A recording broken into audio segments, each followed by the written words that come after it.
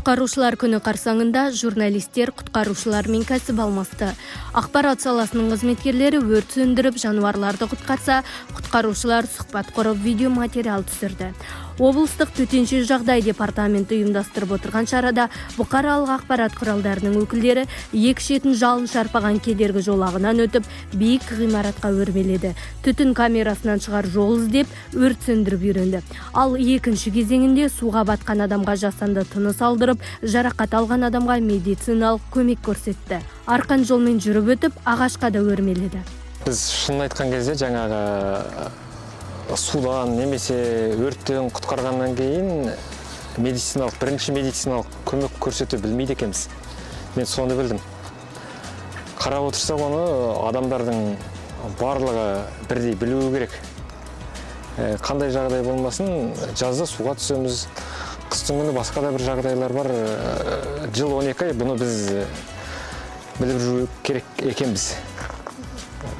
Мен жаңа осыдан кейін соны түсіндім. Бұл шынайы батырлықты қажет ететін мамандық екен. Ауыр форма киіп, газдан қорғайтын бетперде тағып, оттегі баллонын арқалаған журналистер абдырап қалмай кедергіні ойдағыдай еңсерді. Тілшілер сынақтан өтіп жүргенде, құтқарушылар олардың орнына бейне материал түсіріп, сұхбат құрып көрді.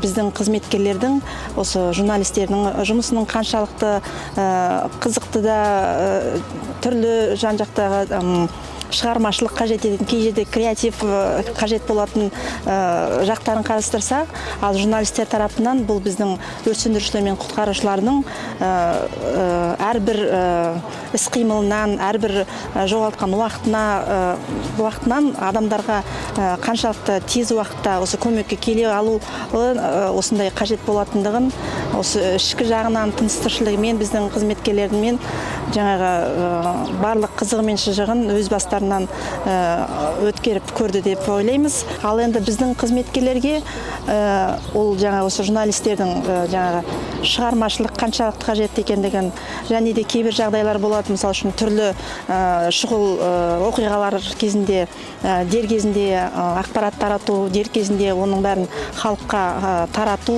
қаншалықты оның да маңыздылығын жаңағы түсініп, өздеріне қажетті заттарын алды деп ойлаймыз.